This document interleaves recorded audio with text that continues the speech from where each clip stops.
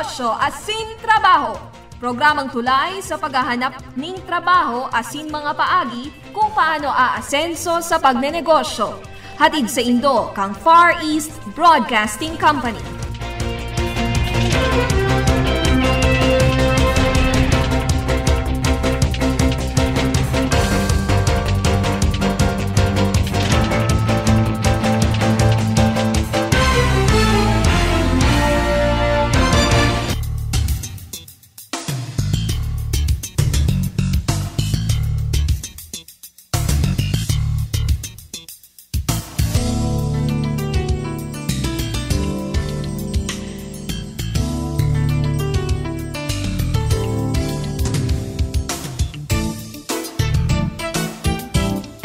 Blessed morning sa ating mga kasama ngayon mula pa kaninang alas 5 ng umaga dito lamang sa ating himpilan sa Care 104.3 The Way FM. Ito po ang inyong programa, ang Negosyo asin Trabaho, at ako po ang inyong kasama hanggang mamayang alas 9 ng umaga para sa ating programang Negosyo asin Trabaho. It's a beautiful Tuesday morning today at syempre it's a beautiful and blessed morning to everyone nakasama natin, lalo na po yung mga nasa ating mga radyo na patuloy na nakikinig, sumusubaybay sa atin Monday till Sunday from 5 a.m. until 8 p.m. dito lamang sa ating himpilan sa Care 104.3 The Way FM. At syempre kami po'y bumabate sa ating mga kaibigan from Catanduanes at yung ating mga nakakasama dyan sa Catanduanes kapag tayo bumibisita, kami po'y naggagalak at kami masaya na kayo'y batiin ngayong araw na ito. Kumusta po kayo dyan sa Catanduanes, the happy island of Catanduanes?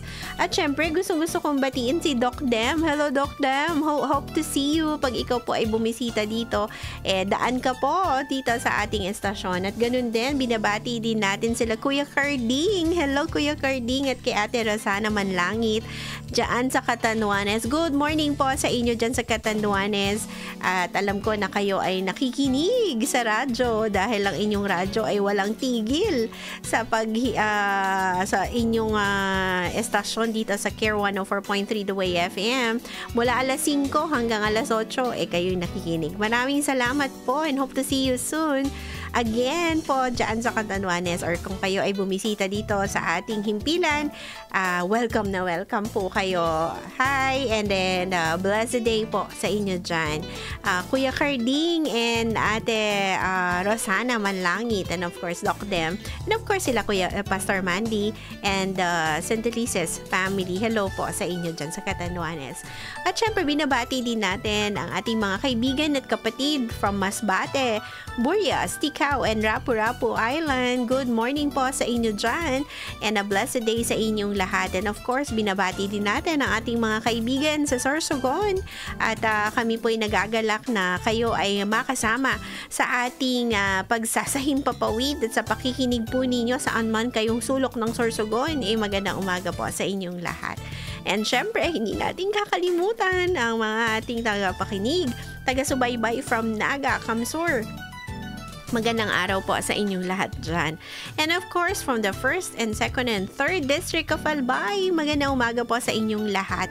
At kayo po ay sumusubaybay dito sa ating himpilan sa Care 104.3 The Way FM. At syempre, kung nais nyo po na kayo ay mag-comment or magbigay ng anumang suggestion or any feedback, lalo na po sa inyong mga signal or sa ating mga topics and discussion later on sa ating Business 101 segment with Dr. Ariel, ay maaari po kayong makipag-ugnayan sa atin sa pamamagitan ng mga social media platforms. Sa Facebook po, i-like, i-share nyo po ang ating mga programs at i-follow ang ating YouTube channel. Sa Facebook po, i-type nyo lamang Care 104.3 The Way FM at sa ating YouTube, Care 104.3 DWAY FM at sa ating Instagram, Care 104.3. At kung nais mo po na mapakinggan ng 13 stations sa buong Pilipinas ng FEBC or ng Far East Broadcasting Company Philippines na nag-celebrate lamang po tayo ng ating ika-77th year, At ito po ay pagpapatunay ng faithfulness ng Panginoon para sa atin. Yan po ay maaari nyo mapakinggan ang 13 stations sa pamamagitan ng pag-download sa inyong mga telepono ng FEBC PH Stream at 24/7. Mapapakinggan nyo na po ang FEBC Philippines 13 stations. Piliin nyo po ang CARE 104.3 or aliman po dyan sa ating estasyon. At kung kayo naman po ay nais na mag-text or tumawag, maaari po kayo mag-contact sa ating mga numero 0946-763-9858 at 0929-399-4298 at 0915-931-7184. Ayan. Kaya good morning po sa lahat ng ating mga kaibigan, kasama at mga sumusubaybay sa ating himpilan at tayo po ay patuloy na makinig, sumubaybay sa ating mga pag-uusapan maya-maya lamang sa ating Business 101 segment. Pero bago po yan, bumabati po tayo ng maligayang kaarawan sa lahat ng mga nagsaselebrate ng kanilang kaarawan ngayon. Ganun din sa ating mga nagsaselebrate ng kanilang mga anniversaries or anumang celebration na mayroon po kayo ngayon. Kami nakikisaya at nakikigalak at kayo po'y binabati namin sa mga selebrasyon na mayroon kayo ngayon. Ayan, at bago po tayo magpatuloy sa ating pakikinig at sa ating pakikipag-usap mamaya-maya lamang sa ating Business 101 segment with Dr. Ariel, makikinig muna po tayo ng Pro Tips by Maloy Malibiran Salumbides. Teka muna. Bago pumasok sa opisina, pakinggan muna ang Pro Tips. Kung gusto mong malayo ang iyong marating sa buhay, trabaho, maging sa iyong negosyo, napakahalaga na mayroon kang pangitain at plano. Ang sabi sa Proverbs 29 verse 18, "Where there is no vision, the people perish." At tungkol naman sa pagpaplano, di nga ba't ilang beses na rin naman nating narinig ang kasabihang, "If you fail to plan, you plan to fail." Vision at malinaw na plano ang kailangan para maabot ang gusto mong marating. Magandang araw, ako si Maloy Malibiran Salumbides para sa Pro Tips, partner mo sa inspiradong trabaho at negosyong umaasenso. May kakilala ako na pangarap na makapagbiyahe sa ibang bansa. Alam niya ang gusto niyang puntahan. Yun nga lang, wala pa siyang sapat na resources para ito'y marating. Ngunit habang siya ay nag-iipon, di rin naman siya tumigil sa paghahanda. Kumuha na siya ng passport, patuloy siyang nagre-research sa mga lugar na gusto niyang mapuntahan at makita sa kanyang kauna-unahang overseas trip. May pangitain siya, may malinaw na plano, at ang kasalukuyang kakulangan ng financial resource ay di hadlang para magsimula na siyang maghanda. Mayroon siyang pangitain at nilapatan niya ito ng pagpaplano. At ito'y magandang simula sa pag-abot ng iyong goals sa buhay at sa iyong career. Bakit mahalaga ang vision at planning? Una, vision and planning prepare you for when the opportunity comes. Hindi mo alam kung kailan darating ang break o oportunidad na inaasam-asam mo. Kaya dapat anumang oras na ito'y kumatok, handa ka. Gusto mong makaranas ng overseas travel? May passport ka ba? Paano kung bigla ka na lamang ipadala ng kumpanya ninyo sa isang conference abroad? Saka ka pa lamang ba magkukumahog na kumuha ng mga kailangang dokumento para makapagbiyahe? It is always good to be ready and prepared. Pangalawa, vision and planning make you excited and motivated to continue on the journey. Sa trabaho, mayroong good days, mayroon din namang mga araw na parang gusto mong hatakin ang oras dahil inip na inip ka na sa opisina. Vision and clear plans come in handy during these downtimes dahil ipinaaalala ng iyong pangitain ang destinasyon na gusto mong marating. Mapaaalalahanan ka rin kung bakit ka nga ba nagtatrabaho araw-araw kahit na kalbaryo ang pagkukommute. Kalbaryo ang pakikipagsiksikan sa tren. Kahit na mayroon kang kaopisinang hindi mo kasundo, kahit na parang pinag-iinitan ka ngayon ng boss mo. Ang di katamisang karanasan sa trabaho, napapawi kapag binabalikan mo ang iyong vision at plano. At pangatlo, Vision and planning help you determine which road to take and which steps to make. Kapag malinaw ang vision, kapag may maayos na plano, mabilis mong masasala ang mga activities na dapat paglaanan ng oras at lakas. Hindi lahat ng paanyaya dapat tanggapin. Hindi lahat ng oportunidad ay para sa iyo. Gawin mong gabay ang iyong vision para maging matalino kung saan mo ilalaan ang iyong limitadong panahon, lakas at iba pang resources.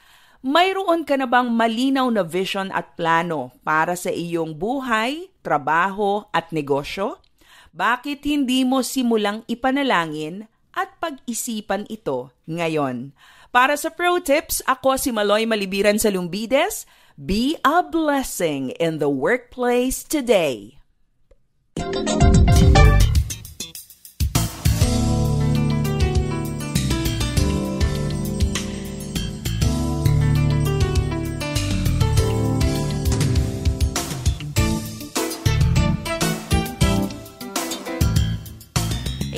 Magandang araw ng Martes po sa ating lahat at syempre tayo po ay nagbabalik sa ating programang Negosyo as in Trabaho at ngayon nga po ay araw ng Martes at dahil araw ng Martes ay kasama po natin ngayon sa ating Business 101 segment Dr. Ariel Bernardo from South Korea, Senior Pastor of DCIM and of course an online entrepreneur. Good morning Dr. Ariel. Good morning, Ma'am Yvette. Magandang umaga sa ating mga minamahal na kababayan. Ayan, oo. And Dr. Ariel, kumusta po kayo? Meron ba kayong mga special greetings na nais na banggitin muna at batiin or an announcement sa mga pupuntahan ninyo or mga special gathering? Babalik po ba kayong muli dito sa Pilipinas? We're planning to go back, Lord willing, by July or August. So, we're planning na magluto ng conference dyan sa Pilipinas. So, sa mga minamahal nating kapastoran, Luzon, Visayas, and Mindanao, we'd love to be of help to each and everyone by conducting leadership conferences. Ayan. Baka makonsider ninyo, Dr. Ariel, because our second floor is now renovated. Wow. Yeah. So, pwede na po kayo dito sa ating community center sa second floor to have this kind of conference. Baka makonsider po ninyo. At baka maka-live program po tayo sa ating napakalawak. Yes, napakaluwang ng yan, Ma'am Yvette. Yan.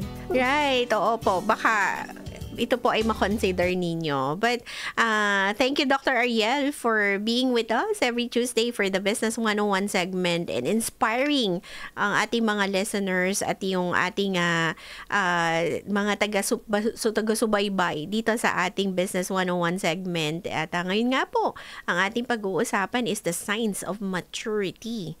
Kanina nabanggit nyo leadership. Minsan akala natin pag leader na, ito na yung mature para mag-lead sa atin or may, alam niyo yun. Pero ano nga po ba talaga yung signs of maturity sa ating pag-uusapan ngayon? Yan. Naku, Dr. Ariel, kwentuhan mo muna ako kasi naaliw ako dito sa iyong kwento tungkol sa iyong mga daughters. Yes.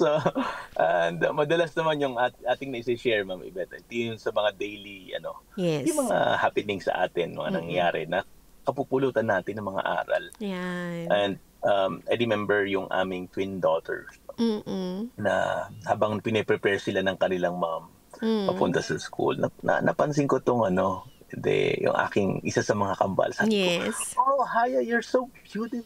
Ang ganda-ganda. And it's just a simple compliment kasi bilang ama, natutuwa ka sa anak mo. So, pinuri mo siya. Pero, hindi ko alam na yung kanyang twins, nakikinig. Yan. Tapos, nag-tantrum na, sabi niya, ako hindi beautiful. Sabi niya. Nako, babae pati parehas, Dr. Ariel. Yes. So, sabi ni Saya, ako hindi beautiful. Narinig ko yun, sabi ko, hindi. Lahat kayo, syempre. Pero kahit nasabihin ko na, maganda kayo lahat, you're all beautiful, we love you all. So, nandun yung pagtatampo niya. Yeah. And that moment actually reminded me kung papaanong mag-act tulad ng aking anak na yon ang maraming tao. Nako, bakit niyo po na-compare yan sa reaction ng maraming tao doon sa tantrums na nangyari doon sa inyong isang anak na kambal? Kasi when I talk to fellow leaders, nabanggit nyo nga kanina, di ba, mga leaders na, pero Yes. minsan may mga leaders na may pagka-immature, no? Yan. Pero nandun na.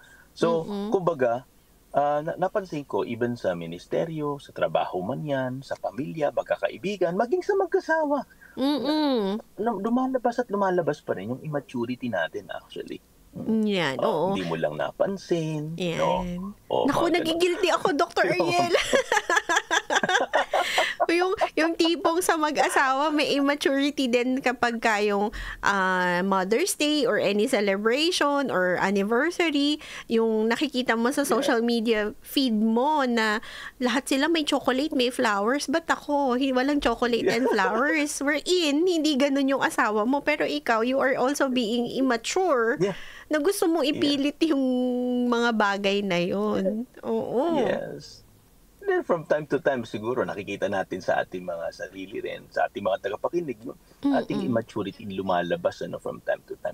And we see that sa maraming mga adults. Parang ganun. Na kung pwedeng nag-grow na tayo biologically sa body natin, nagkaroon na tayo ng mga responsibility sa buhay. But deep inside, parang yung andun pa rin yung little child crying for attention. Parang gusto ko din yun. Ako hindi. Ano ako? So yun, we chase compliments, we hunger for approval.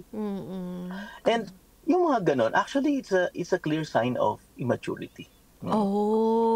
Hindi ba pwede, Dr. Ariel, na paminsan-minsan, nagkikrave ka din dun sa attention, nagkikrave ka dun sa, yung sinoshow mo yun. Hindi ba yun acceptable? Or ito ay talaga? We all crave. Actually, we all crave naman sa ganun. Pero, ang kaibahan kasi, Ma'am Yvette, ng mature sa immature, nakokontrol ng mature Yan. Oo. Hindi ka magtatantrums. Di ba mga kabataan, mga little kids pa lang, bilis mag-tantrums, ang bilis magtampo. Parang gano'n, di ba? Pero kapag nagmamature na, medyo, okay, tanggap ko na. Yes. Or nag-walk out, di ba, in the middle of the meeting, biglang meron lang something, biglang walk out, mga ganon, di ba? Oo. So, yung pala yung pinagkaiba, Dr. Ariel. Sabi mo nga po, we all crave for mga ganitong bagay na mapansin din tayo, ma-appreciate tayo. It's normal that we crave that. Pero the difference between immature and mature is the immature cannot handle it. Madaling mag-tantrums, pero yung mature enough is kaya niyang i-handle. Yes. That's the only difference. Kumbaga, as we mature, we no longer live under the weight of other people's validation. Mature na kasi. Can you explain further yung sinabi niyo pong we don't live under the weight of validation of others? Like for example, pag sa immature kasi, sobrang affected dahil hindi napansin, hindi na validate na maganda siya. Hindi na, ganon. So, kapag tayo nagmamature, hindi na tayo ganon. Yung bigat ng, kailangan mapansin ako, kailangan ma-validate nila na ako'y maganda, ako'y magaling, na ako'y skilled, na ako'y ganito. So, hindi na ganon. Whether napapansin tayo or hindi, okay lang yun. We all crave, pero we know how to handle it. Yan, di ba? We know how to handle it. At kung kailan, at kung papaano natin ito yung approach natin. Yeah, that's really good, Dr. Ariel. And you mentioned here that we are secure in who we are, and not because others tells us we're valuable, but because we know we are loved by God. Absolutely. Yeah. Kasi minsan nakakalimutan natin yung validation natin, yung love ng other people. Pero nakakalimutan natin yung eternal love ng Panginoon sa atin. Yes. Yan, alam mo yun, Dr. Ariel, if we only have this sa puso natin na binayaran nga ng Panginoon yung kasalanan ko para maligtas ako sa pamamagitan ng kanyang buhay. Di ba? That is something na, mahal ako natin, importante ako sa Panginoon. Di ba? Absolutely. Absolutely. Siguro, Dr. Ariel, part din Yes, ito, absolutely. bigla kong naisip yung maraming nagpapakamatay. Especially sa celebrities in Korea. Di ba? Maraming Yes, suicide. yes. You are in Korea, so I know you know this. Lately lang may narinig ako, I don't know. Yeah, It's yeah. suicide. Pero madalas. And they are known. They are popular. They are mga celebrities ito na maraming tao yung nagkakagusto, tumitingala. Pero Yes, their option is to commit suicide because they feel like hindi na validate or hindi siguro, 'di ba, mga ganon. Or go ahead. Tama ka, Ma'am Yvette. Kasi bakit almost all naman talaga ng mga nag-commit ng suicide. Hindi nila makita na may value sila.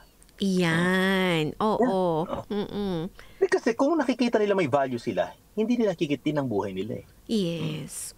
So, big sabihin nun, karamihan, almost all of them na nagpapakamatay, they actually measure their identity by comparison.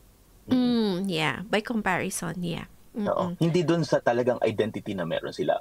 Buti pa sila yung ganito. So, madidepress, ma-stress, hindi maranasan, maramdaman yung halaga. And because of that, nagpapakamatay na lang. Yan, oo. Yun, you mentioned nga po yung measured by identity, not comparison. Kasi ito nga po yung ating i-discuss, yung signs ng spiritual and emotional maturity. And syempre, mahilig kayo sa acronym para madali matandaan eh. Ito yung pag-uusapan natin, yung mature. So, yung letter M na nabanggit nyo na is yung measured by identity, not comparison. Yes. Mahalaga ito. As we mature, yung ating minameasure natin, everything, ang life natin, doon sa identity natin. Hindi para ikumpara natin yung sarili sa iba. We understand that identity is received. It's not achieved. Yan. Naku, ganda nun receive, not achieve. Yeah, it's received, not achieved. Kaya nga, I remember in one of our discussion, mga nakaraan, Ma'am Opo. na banggit na kahit gaano kasama yung tao, di ba? Yan. Meron siyang mabuti. Yes. Kung titingnan natin, bakit kaya? Di ba? Bakit? That's actually an identity. Yeah. Because we're all created in the image and likeness of God. So kahit hindi pa sila mananampalataya, kahit anong klaseng relihiyon meron sila, silang lahat ay kinreate according to the image and likeness of God.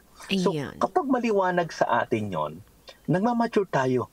So we're measured by identity, not comparison. Yeah. So we stop competing with people. Ayun.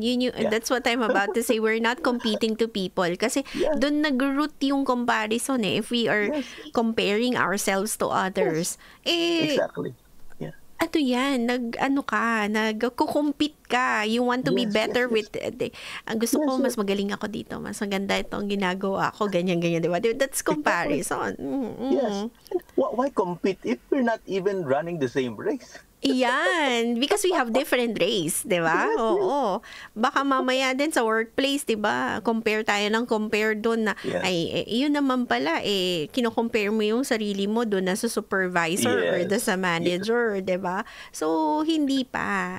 Kumbaga, we need some maturity on that level. Oo. Ang ganda nito, measured by identity, not comparison. So, mahalaga na alam natin yung identity natin. Ano po? Yes. Hindi kino-compare sa iba. And when we do that, we become free. From what? From envy and jealousy, syempre. Exactly. Oo. And yun yung kasunod, Dr. Ariel, yung letter A. Applaud others with grace. Diba? Yes. Syempre, matututo tayo ngayon mag-appreciate, mag-celebrate ng tagumpay ng ibang tao. So we see the success of other people na yung blessings ng Diyos, napaka-abundant talaga. Hindi yan exclusive for us. Yes, true. Walang exclusivity. Yung sa'yo lang. Ikaw lang. Exactly. Yung grasya ng Panginoon is for everyone. Yeah. And pag ganon, ang nangyayari, nire-replace natin yung silent envy with sincere encouragement. Na-encourage natin. I'm happy for you. Sabihin natin. And with you mean it. Hindi yung yung kakunwari. Talagang sabihin natin, I'm happy for your success. I'm happy for your promotion. Yeah. Kasi di ba dun yung root cause pag nagko-compare ka to others, ibig sabihin may envy, may jealousy. Kahit silent yan, di ba? May ganun, Dr. Ariel. Kahit silent yan, ang hirap na mag-upload or pumalakpak dun sa good things na nangyayari sa iba. Diba? Yeah. Kaya, diba yan? Bakit nababless yan? Bakit ganito sa kabila lang ginawa niya? Parang, yan, diba? Oo. Bakit ganun? Mas maganda yung ginawa ko. Diba? Yes. May ganun. Exactly. Oo, yan. Yung letter A. And you can genuinely celebrate the success of others without it diminishing your own sense of value. Yan. Ganda nitong sinabi niyo, Dr. Ariel. Exactly. And, of course, yung letter T. Ano po yung letter T? Dito sa ating mature. Yeah. T stands for trusting quiet integrity. So, you choose to do what's right kung ano yung tama. Kahit hindi ka mapansin, hindi ka pinipraise. Yung kapayapaan mo, hindi nakadepende yon sa applause. Yes, right. So we honor God more than public recognition. Tama, 'di ba? Yung quiet integrity. Yeah. At napakahalaga nito, Dr. Ariel, kasi yung integridad mo ang hirap nitong i-work out no? Parang isa ito sa mga dapat mo talagang piliin. At pag pinipili mo to, dapat merong may effort nakasabay. Ano po? Exactly. Yeah. Ayan. Tama sabi niyo, may effort. Ibig sabihin, we find peace in doing right, not being right. Okay. So, nagkaroon tayo ng pag ginagawa mo kung ano yung tama. Hindi lang yung tama ka. Oo. Ayun. Kaya medyo napaano ko dun yung sinabi ninyong yung finding peace. Diba? Ano nga po ulit yan? Yung pakiulit You find peace in doing right, not being right. Ayan, not being right. Diba? Yeah. Oo. Mas maganda yung ginagawa mo. Diba? Yeah. Oo. Tama ba ako dun sa pagkaintindi kong yan, Dr. Ariel? Yes, exactly. Yes. At yung trusting quiet integrity, napakaganda na, alam mo kasi minsan naghihintay tayo na, may nakakakita kasi, kaya gagawin ko to na mabuti at maganda. Yeah. Pero nakakaligtaan natin na yung integrity natin, whether someone is looking at us, monitoring us, tinitignan tayo, diba? Still, ginagawa mo pa rin yung mabuti. Yeah. Yan. Yung letter T is trusting quiet integrity. And yung letter U, Dr. Ariel, ano naman ito sa ating mature? Ito napakaklaro nito na talagang makikita natin dito na nagmamature talaga. Unaffected by offense. Yan. Yan. Maganda to, Dr. Ariel. Makikita natin, dapat maging malinaw yung difference between hurt and harm. Sige nga po, ano nga po ba yung difference ng hurt and harm? Hindi lahat ng offense kailangan ng reaction. Some things are better released than rehearsed. Yes. Kumbaga, sa ating kasi kumbaga na-hurt ka. Okay. Pero is it harmful for you? Yes. Hindi naman, 'di ba? Na-hurt ka. Pero makakatulong sa iyo. Yan, dapat ganun yung pag-gauge no? Yes. Oo. Para maiwasan din natin yung, alam mo yun, Dr. Ariel, na lahat na lang ng offense, kailangan meron tayong sasabihin at ipagtatanggol yung sarili natin. Yes. Oo. Exactly. Madaling ma-offend. Di ba? Madalas makikita lang natin yung sa mga bata, di ba? Yung madaling mapikon, gano'n. Sa mga little kids yun. Pero kapag nagmamature na talaga, yung, ano sabihin mo, okay, it's okay. Yeah. Wala ka na people will always try to offend. Yes, diba? At syempre, Dr. Ariel, kung madali kang ma-offend dun sa mga bagay-bagay din, kahit na konting salita lang or konting chismis lang, diba? Yung mga ganyan. Kasi yung mga ganon, talagang offending. 'Diba? But the Exactly. fact is, ano bang magagawa or ginagawa sa'yo nitong offense na to? Yeah. 'Di ba? Exactly. Yun yung gauge eh. Siguro na-remember mo, Dr. Arlene, na pag-usapan natin last time na, alam mo yun, nakakapagod. Yung kapag Yeah. ikaw ay feeling mo offended ka, nakakapagod na para explain, nakakapagod na, Yes, totoo. alam mo Totoo. yung pag-justify. Minsan, nangyayari tuloy, wala ka na tuloy magawa kasi you're busy dahil nakafocus ka dun sa offense. Nawawalan ka tuloy ng focus dun sa mga mas mahahalaga pang bagay. Totoo. Dahil Ayan, nawala si Dr. Ariel. Hello, Dr. Ariel? Dr. Ariel? hindi niya lang alam siguro yung sinasabi niya, hindi niya kasi ako kakilala. Okay, that's fine. Okay lang yun. Yan, oo. Tsaka yun nga Dr. Ariel, 'di ba? Hindi naman lahat ng bagay kailangan nating lumaban. Tama ba? Or, Yeah. Yes, tama kayo, Ma'am Yvette. Ang problem kasi sa atin, sa karamihan tao, may lahat ng laban gusto natin part tayo, pero hindi. Yes. We need to choose our battles in life. Yan. Hindi ko makakalimutan yung kuya ko. Ito ang ganda, simpleng-simple lang yung kanyang yung logic. Pero impactful. College pa lang kami nito until now. Yes. Nakatatak sa akin. Sabi niya, pag may mga gusto makipag-away sa kanya, Opo. pina-check niya muna. Pag pinatulang ko ba to, patas kami, may Oo. mawawala sa kanya, mawawala sa akin, masisira ba ang mukha ko? Ganun. I-compare niya talaga Kung parang, dehado ako. Talo ako. Bakit? Kasi, kahit pa matalo mo siya sa pakikipag-away, may mga posible kang, dapat i-consider Yan. Oo. 'Di ba?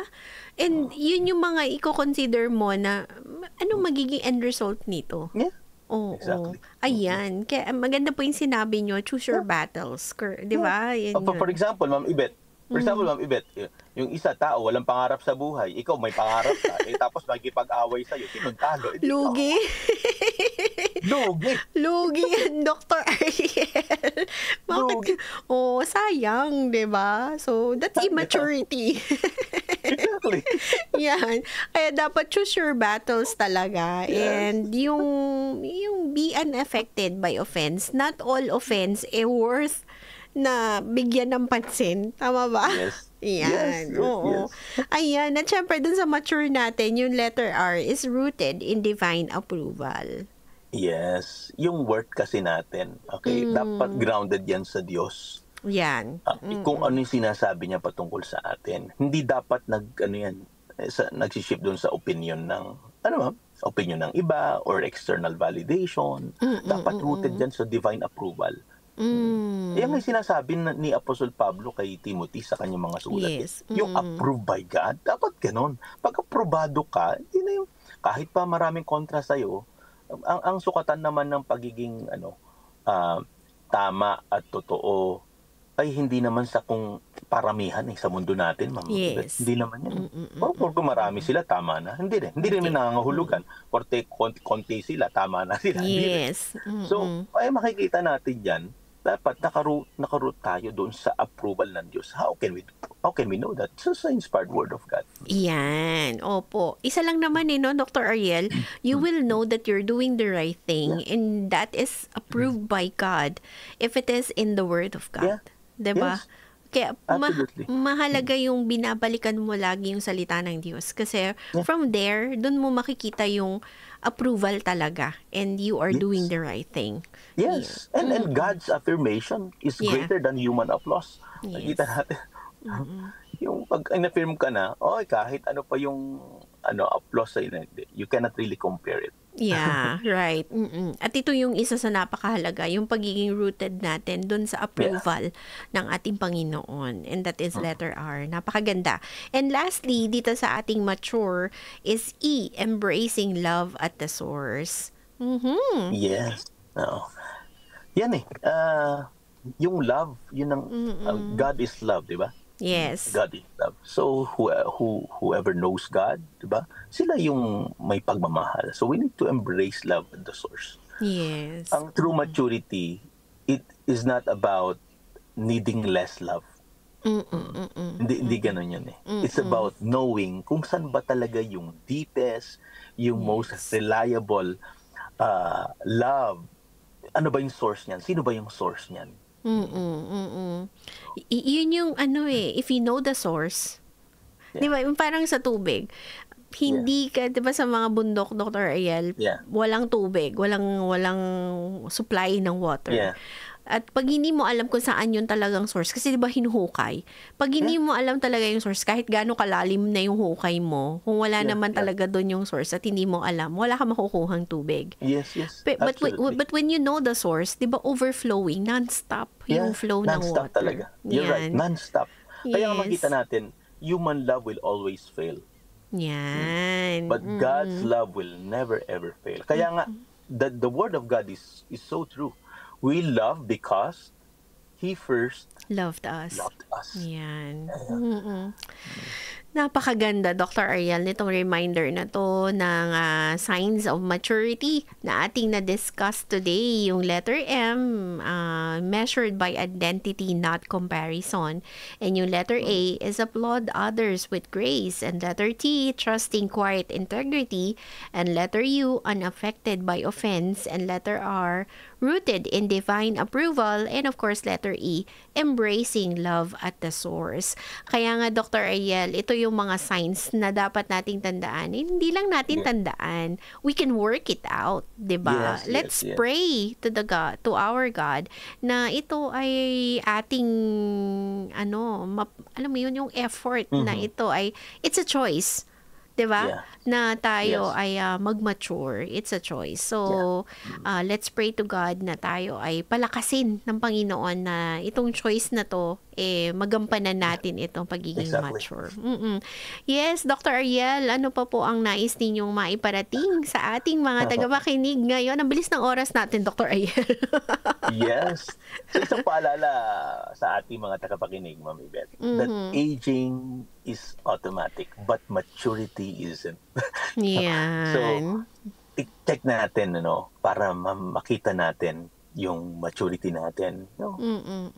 Ito, we need to remember those things that we discuss sa ating mga tagapakinig.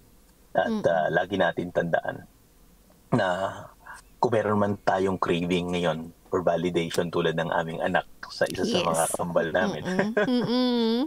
And God has already given us what we really need, not just want in life. And He's our Lord Jesus Christ. Amen. Right? Sabi nga ni Apostle Pablo sa book of 1 Corinthians 13:11, when I was a child, I talked like a child. Yes. I thought like a child. I reasoned like a child. When I became a man, I put the ways of childhood behind me. Ganon din tayo. Na kapag tayo ay nagmamature na, hindi na tayo naglo-long for love that we already have. Okay, may pag-ibig ka na. Let that love flows through you. Yes. Naku, thank you so much, Dr. Ariel, for this beautiful reminder of maturity. Hindi lang yung signs of maturity, but itong word of God na inyong shinare na 1 Corinthians 13:11 will be a reminder to us talaga na tayo ay mag-mature. Diba? Yeah. Yan. Maraming salamat, Dr. Ariel, for your time today at itong ating napag-usapan ngayon. And of course, lagi nating hinihiling na kayo po ang siyang manalangin para sa ating mga kababayan, sa ating mga tagapakinig at syempre po sa ating estasyon. Maaari po ba, Dr. Ariel? Yes po, Ma'am Yvette. Let's pray.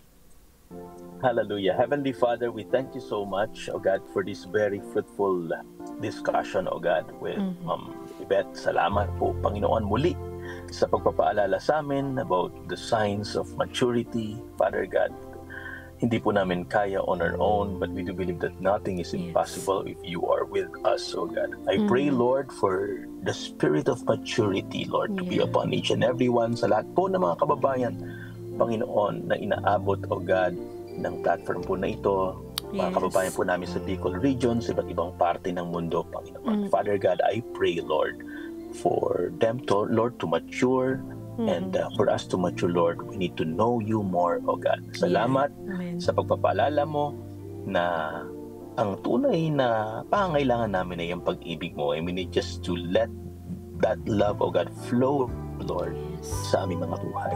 Lord, continue to use each and every one, Panginoon, bilang daluyan ng pagpapala at pag-ibig sa mga taong amin nakakasalamuha, Panginoong Diyos.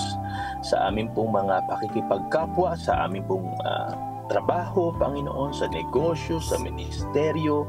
Tulungan niyo po kami na huwag ikumpara ang sarili namin sa iba, Panginoon, kundi magkaroon po kami ng maliwanag na identity, Lord. Identity, Panginoon, na pinagkaloob niyo po sa amin through our Lord and Savior, Jesus Christ. Salamat po that we will live, O God, not craving, Lord, for the applause of people, but, Lord, we will live our lives, O God, sa affirmation mo. Salamat po, Panginoon, for enabling us, O God, to trust, Lord, in quiet integrity. That we will do the right thing, Lord. Kami man po ay napapansin ng iba o hindi. Thank you, Lord, once again for the wisdom and knowledge that you've given us. Bless, O God, all the works of our hands. Amen. Pagpalain mo, Panginoon, si Ma'am Yvette, Panginoon, sila Prinsipe Babat, lahat po, Panginoon, ng aming po mga kapartners, O God, in reaching out to our kababayan. Salamat po sa pribilehiyo na binigay niyo po sa amin to serve as your mouthpiece, Lord, for us, Lord, to be used, Lord, for the glory of your name. Once again, we thank you and we honor you, and we bring you back all the praises, glory, adoration, and honor in Jesus' mighty name. Amen.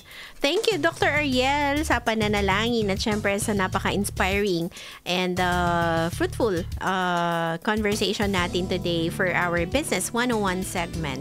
Thank you and God bless. God bless. God bless po.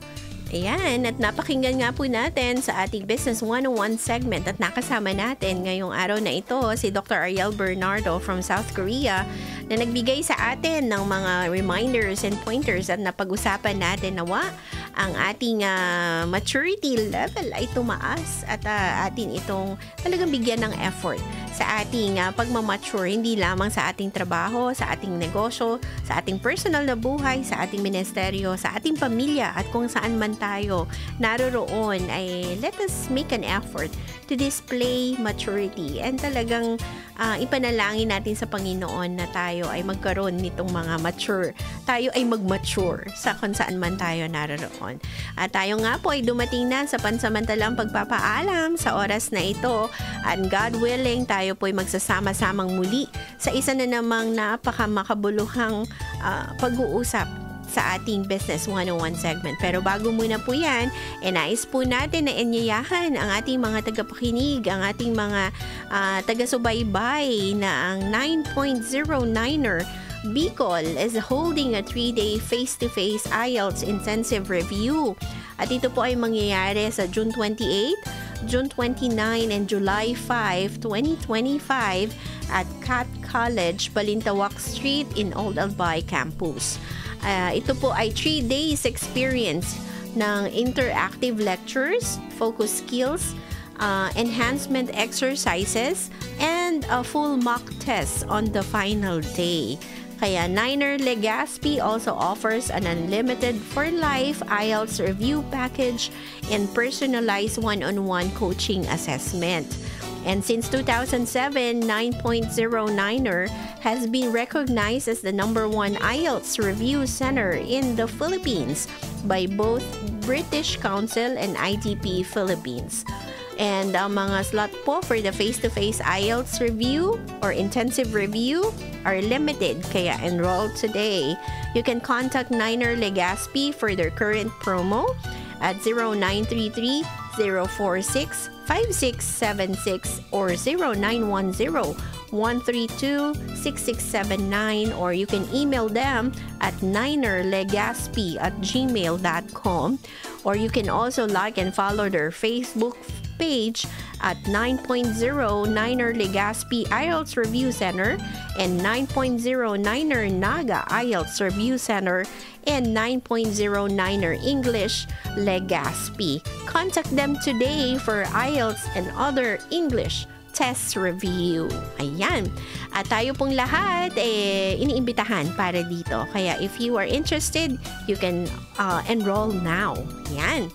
At dahil po tayo ay dumating na sa ating pansamantalang paghihiwalay, ako muna po ay magpapaalam, and God willing, tayo po muli ay magsasama-sama sa mga susunod pang mga araw para sa ating programang Negosyo Asin Trabaho.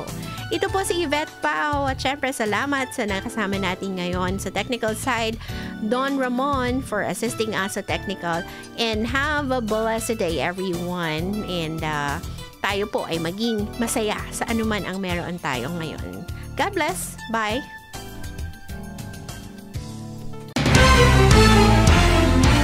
Napasa Indo ang saro na naman na edisyon kan programang Negosyo Asin Trabaho. Ang tabayanan giraray sa parehong oras, Lunes hanggang Biyernes alas 8 in aga. Kung may mga suhestyon o kahaputan sa mga impormasyon na sa imong nadangog o gusto pang maaraman, mag-apod sa numero 052-482-0460.